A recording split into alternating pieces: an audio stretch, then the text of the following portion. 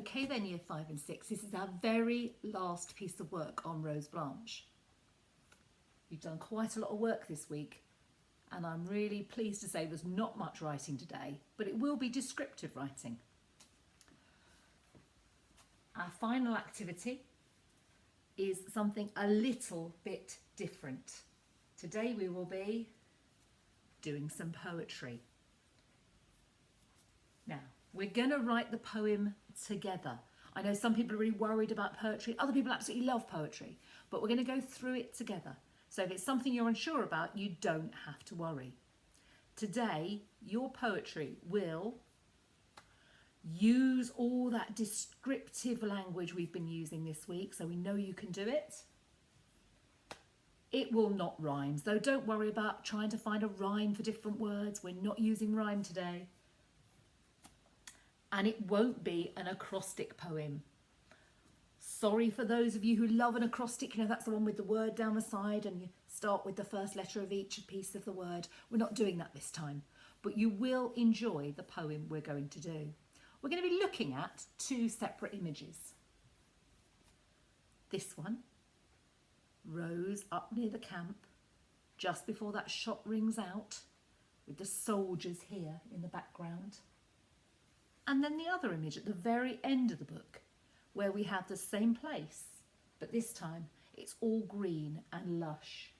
And where Rose once stood, we've got that single red poppy. Remember, we use poppy as a sign of remembrance, don't we? So maybe we can consider what that might mean. But we're going to look at those two images, and out of that we're going to create a poem, a sort of before and after poem about this image. Okay, and we're going to make sure we set it out like it looks like a poem. So we're going to talk through that in a minute. Now, the first thing we're going to do is we're going to think of descriptive words that we could put related to this image. So you might want to get your piece of paper just to write some ideas down. I've got the image here, so I'm going to sort of write around the side of the image. But we're going to have a look at some of the things that we can see in the picture and just write down describing what they are. So let's start with up here, over here, we've got all the mist. So I might just write the word mist. So I can see mist, and I can see, I might use the word fog. And what other words can we think of? Well, because it's all misty, it looks a bit eerie to me. So I might put the word eerie down. Have another look. What other words might we use? Well, sort of, it's a bit shadowy, so I might write the word shadows. Have a look at the trees here. They're all broken, aren't they? So I might actually sort of say broken. What other words can we use for broken? Well, they've got no leaves on them, so they're bare. And I think that might have been in the text that it was through the bare trees. And what else can we see? Well, let's look at Rose. Rose looks really sad. So I might add the word sadness. And other words that we can use for sadness, we can use sorrow.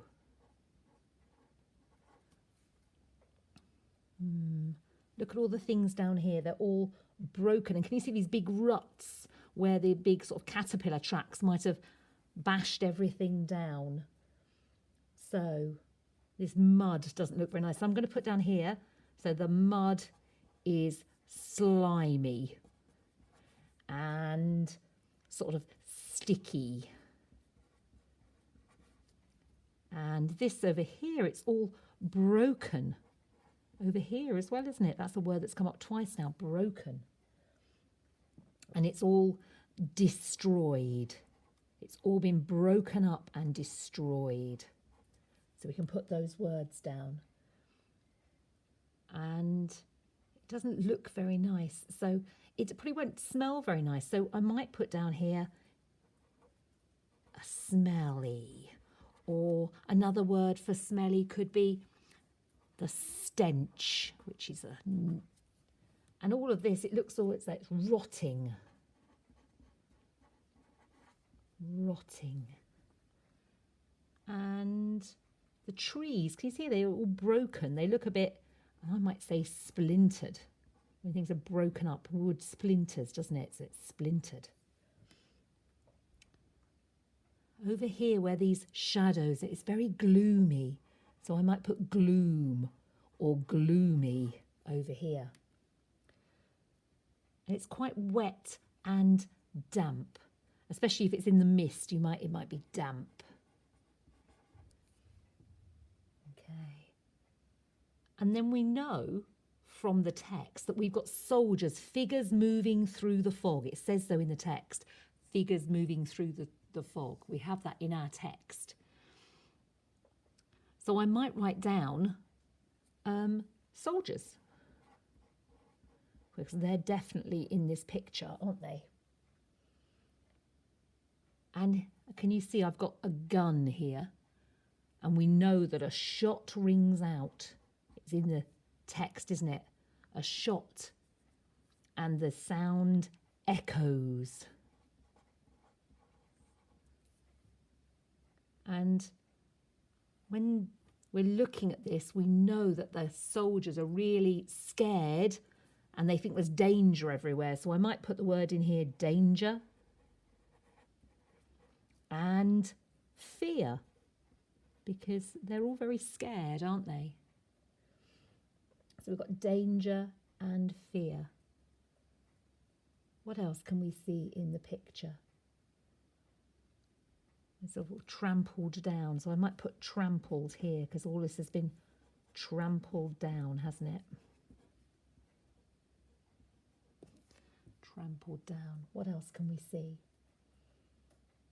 We can see a child. Rose is there, isn't she? A child just standing there. We can see that everything's broken down. I think we've done quite well with that.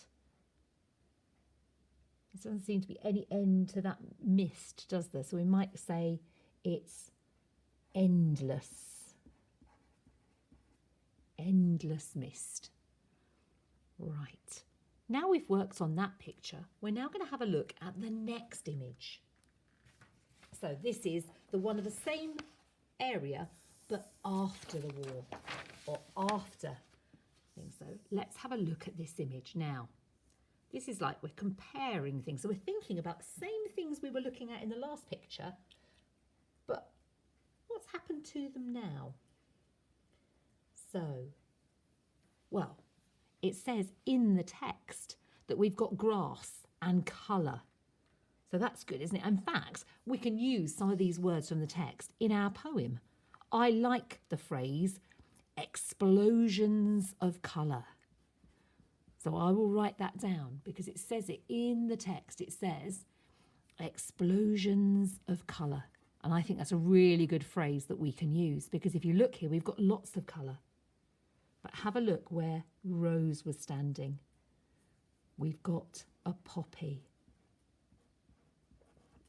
And remember, we've actually said about before that we use poppies as a way of remembering things. So poppies for remembering or remembrance. But here, in the last picture, there was lots of sort of death and destruction. In this one, there's lots of life. And it's flourishing.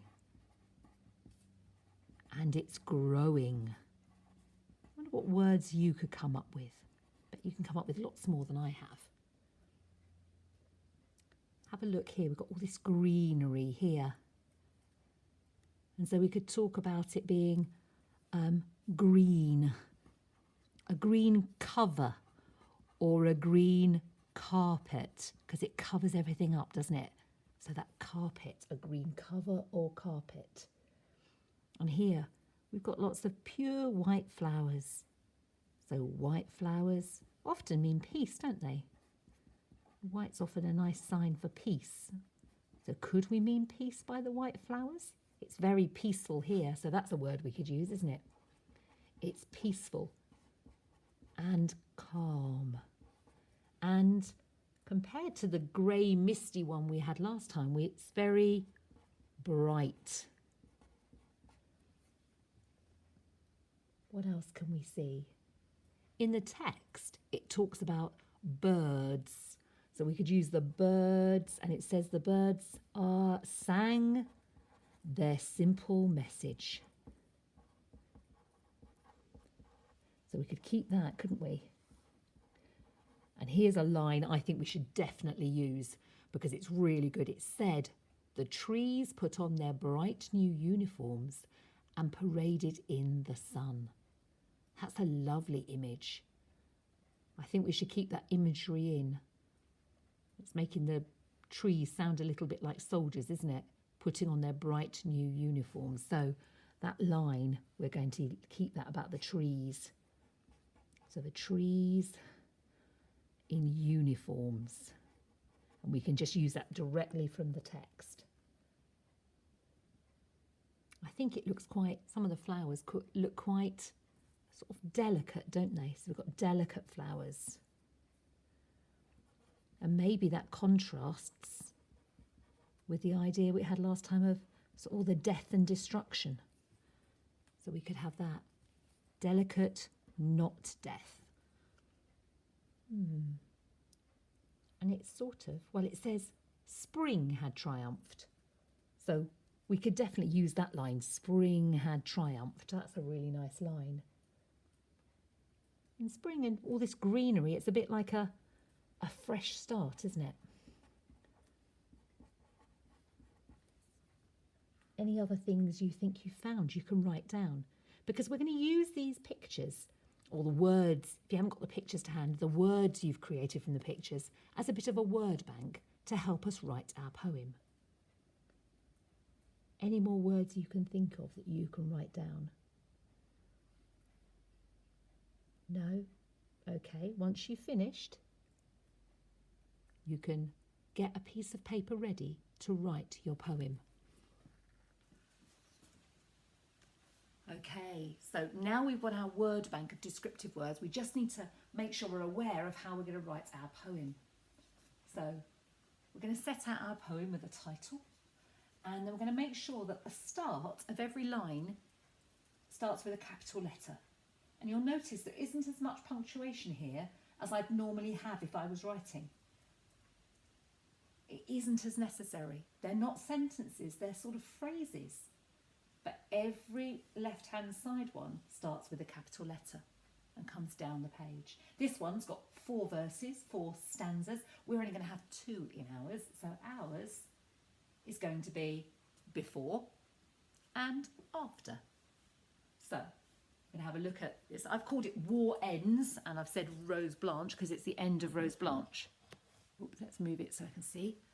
So I'm going to write this poem with you using the word banks that we've just created. So I've scribbled them down so I can remember the words we came up with, but we're going to work on it together to start. And we're going to compare. So it might be that we write a line on the before and then a line on the after. So we're comparing the same sort of things. It will become clear. Now, the first thing I want you to do, and you can pause the video after this instruction while you think about it, is I want you to think of 3 words, just 3 descriptive words that are for this first picture. Sort of 3 words that sort of sum up what you can see in that picture. And they're going to be the first line of our poem. So if you want to pause now while you think about it, that's absolutely fine.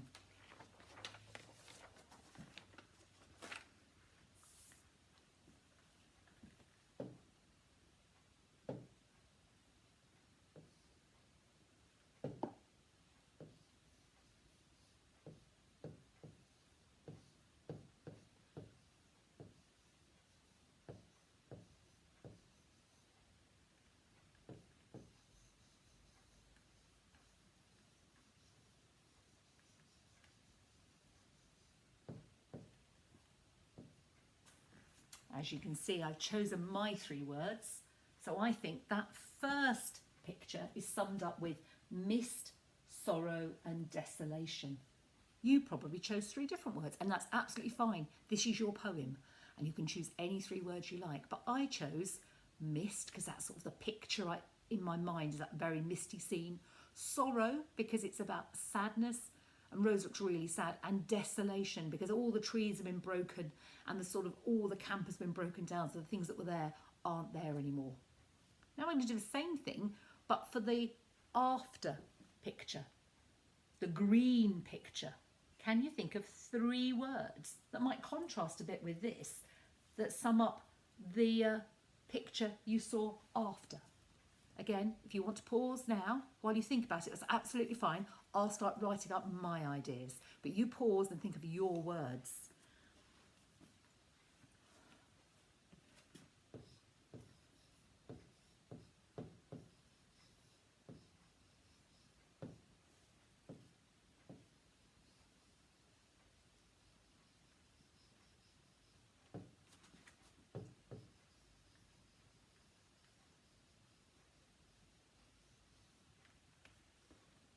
So, as you can see, I've chosen my words, and my words are bright, growth and renewal. So, we're talking about things growing anew again.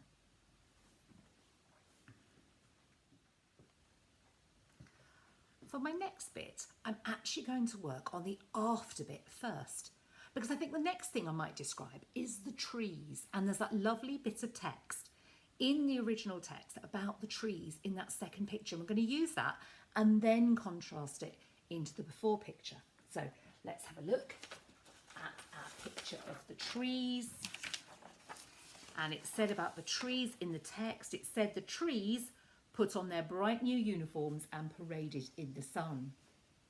So the trees in the first picture are all broken and these have grown again. So I'm going to put up my line about the trees growing anew and having their uniforms on, okay, and parading in the sun. So that sort of line I'm going to use. So you can pause the video while you write yours down, and I'm going to start writing up my line.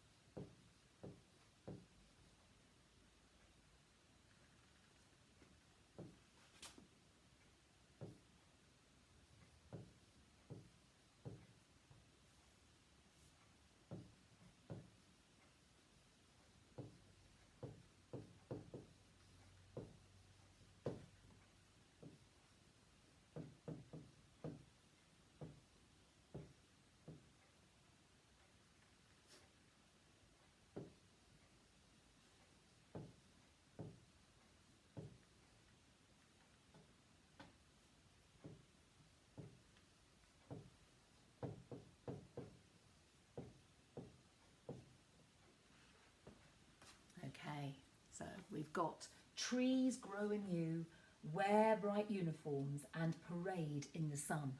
So that's in the after bit.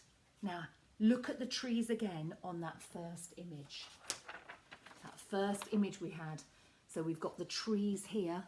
They're all broken, aren't they? Do you remember? We talked about them being broken. They're bare of leaves. So we're going to use that now as a piece of contrast. So what can we say in contrast? I'm going to say that the trees are broken and bare.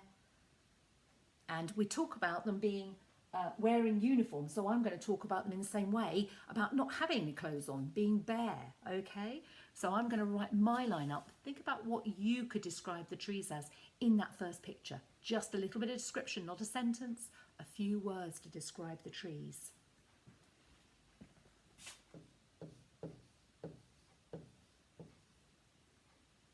So I'm putting trees broken. We said they're bare. And I'm going to talk about them being unclothed. And if you haven't got any clothes on, you're cold. And it does look very cold in that picture. So I'm going to say they're unclothed and they shiver in the freezing fog. Remember, we have over here, we've got in the sun. So over here, we've got the freezing fog. You could call something else, you know, about the mist. but I think I'm going to use freezing fog for mine. Okay, so now can you see we've got now 2 lines on this side, 2 lines on this side, but they actually are about the same scene, but before and after they're contrasting each other. Okay, so what about the next line? What else can we see in this picture that we might want to talk about that's different in this picture?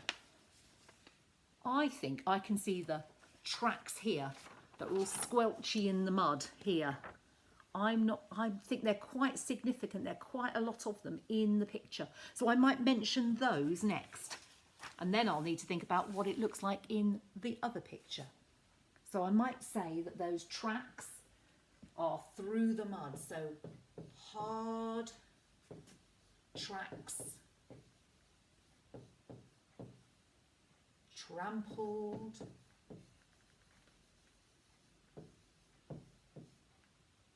the mud.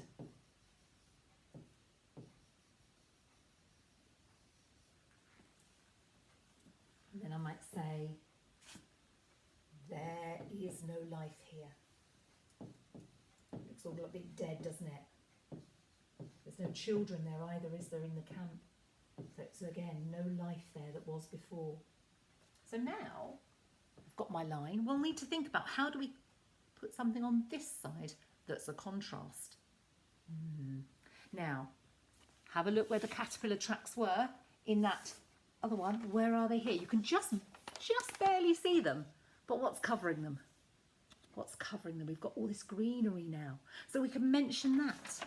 You might want to think about the words you chose about the greenery. And we talked about, didn't we, about a green cover of the land or a green carpet of the land. You think of the words that you think you would like to say. You can pause again while you think about it. I'm going to write my line up.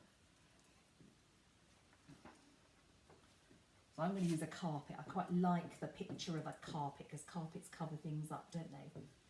A carpet of green covers the land. And in contrast, there is no life here on this side. We've got all those flowers blooming. So I'm going to say, and flowers bloom. Because that's about life starting again, isn't it? And flowers bloom. But you might see something else in the picture. You might want to write something else. You don't have to copy what I've done. It's about your poetry. Okay. Remember, you can pause at any time until you're ready to move on to the next line. So, I know that in this, I really liked some of their lines, didn't I? So, let's have a look at the things we said we were going to include. We've included the trees. We liked the line about the trees. And we've got the grass covering the land because we've talked about the carpet. Oh, and the next bit is explosions of colour. What a lovely idea. In the war, there was explosions that caused lots of devastation and broke everything down. Now we've got this lovely picture of explosions of colour. So I'm definitely going to include that. So I think that might be just my next line in the after. I'm going to go explosions of colour. Because that's what it says in the text. It's actually from the words and life. Explosions of colour and life. What a lovely picture that paints for us, doesn't it? But now we've got to go back to our other picture. So we didn't really have explosions of colour and life in this one. So I'm going to start with explosions because I can see there's been lots of devastation here. So what might the explosions have caused in this picture? I think I'm still going to use the same starting phrase, explosions of.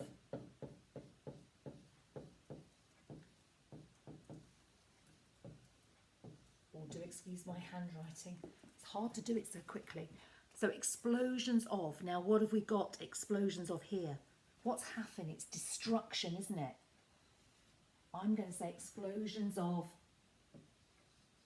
So what do we say over here? Colour and life. So I'm going to say destruction and death.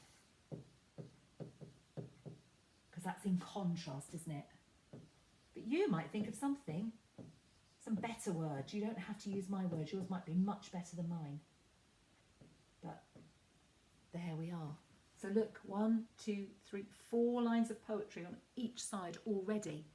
We've just done some contrast. So what else is in our pictures? Let's have a look. What else can we compare that we can think about we might want to do next? I think I can't really ignore the fact that Rose is there, because that's a contrast between the two, but we have got her there, and she's quite a big character here because she's quite bright, isn't she, in this one, and in her place in this one is a poppy. So I think I might write that next. So we've said there's a child here, but there's a poppy here. So I might say a child. A child stands here.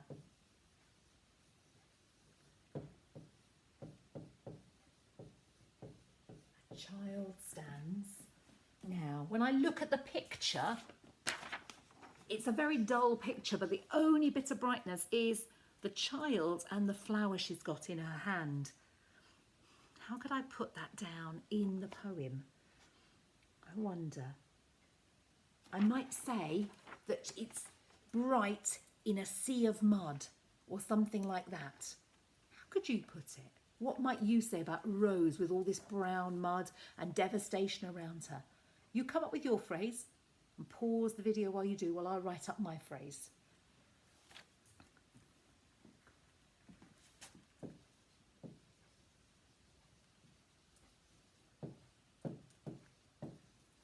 So I'm writing a glimpse of brightness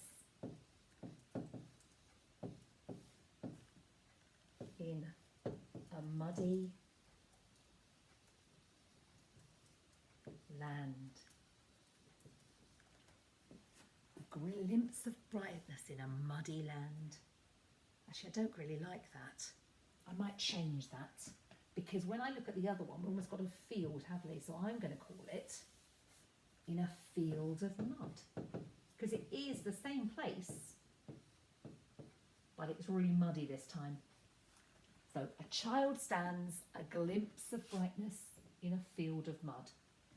Yeah, I think that sounds all right. So now let's think about, what does she look like in this one? Do we have a rose in this one? Do we have a rose at all? No, we have a poppy. So that's what I'm going to refer to this time. That where she was, there's now a poppy. So I'm going to say, where once she stood,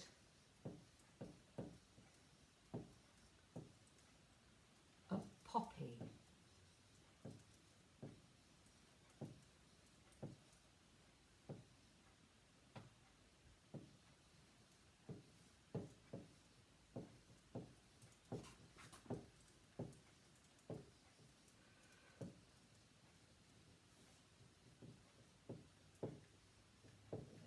So I've said, where once she stood, a poppy grows, a symbol of remembrance. So we're talking about the contrast, but also linking. We know sometimes when we think about the wars, particularly the First World War, but other wars through the years, we use that poppy, don't we, a Remembrance Day in November, to use so that we can remember the people who died. And we think, because of the way that it talked about a shot ringing out, that Rose died there, and we've got that poppy for remembrance. So we can use that imagery here. Okay, so what's left? Let's think about what else haven't we mentioned. Oh, the soldiers. We haven't mentioned the soldiers, have we? And they're definitely here. So what does it say in the text? Is there anything else we haven't used? Oh, there's a sound one. We could use the soldiers, because the sound in this one is about the shot ringing out, and it contrasts with the sound in this one being the birds. So we could contrast those two. So let's start with, well, let's use the bird one, because that's in the text and we can just use the same words. So it says, birds took up their position. So birds take up their position.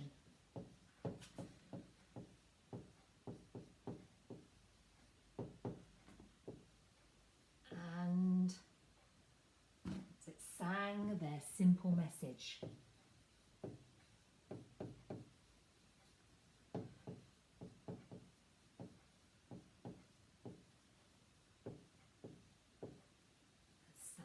Simple message. Okay, I like that. So the sound on the other one is the sound of a shot ringing out. So when I look at it, where does the shot come from? It comes from the soldier over here with his gun. So we've got birds taking up position on this side. We might have to say that it was a soldier taking up position on the other side. So we might have to say something about the soldiers and the sound being the shot. You can pause the video while you think of your words and write your line.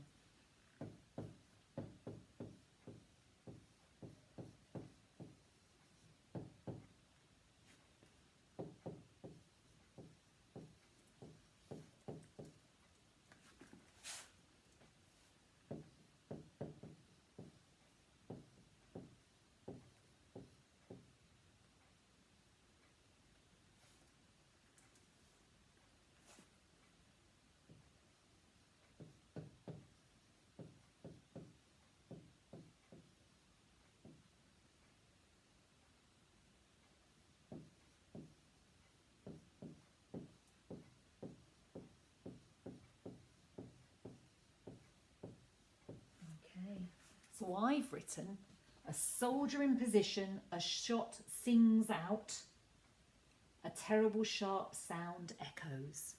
So we're using sound. Oh, I'm running out of room on my board. Okay, let's just think about it. We've got contrast of everything. Can we bring it to a close with a little bit of short, something short? Let me think. We don't want to write much more, but I do need to bring it to a close. This one said, spring had triumphed. What could we say in contrast for this one? Got spring has triumphed for this one. What might look like it's triumphing for the before picture? What's winning here? Or what's not winning here? How can we put that? I'm going to write something about the war, I think, because that looks what that's...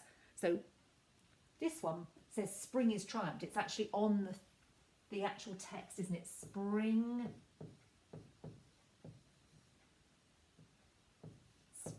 has triumphed. Triumphed means to win something, doesn't it? But over here it looks like the war is winning. And I might, instead of spring has triumphed, I might actually question it over this. Has war won? Has war won? And I'm going to put a question mark after it. We can use punctuation in our poems. We just don't have to finish every line with punctuation. So, has war won and spring has triumphed? I think that's quite a good poem, isn't it? If you read that through, I think you'd be able to tell which picture we were looking at. I'm sure if you read your poem through, you'll think, oh, all my descriptive words are now put together in a poem. I bet yours is a lot neater than mine because I've been writing it really quickly on the board. You could write another line or two if you want to. There are lots of bits I've still seen in the poem, in the pictures that I haven't included in my poem, but I'm going to stop there. You can carry on if you want to. I'm really interested about what you might write. I might put something in the before one about what feeling there is in that picture. This picture here, what feeling is there? So I might say there's a feeling of fear in this one. So I could have another line that said, I don't know, fear is all around. But then I'd have to go back to my other poem and go, ooh, that doesn't look so fearful. That looks really lovely. Maybe I could put something like, well, when things grow and at the start of spring, we have a lot of hope. So I could say, hope is all around. So again, contrasting something I write this side with something I write this side. I do hope you've enjoyed writing some poetry based on Rose Blanche, and I really hope you've enjoyed the book. I think it's a really good one. I know a few people have said they've really enjoyed it, and some people have said it quite surprised them because it was set in Germany, and it surprised them at the things they found out about how the Jews were treated, things they found out about how the people in Germany were living at the time. So I hope it's given you a little different perspective on things about the war. We'll be doing something a bit different in English next week, but I do hope you've enjoyed this unit of work. Have a good weekend.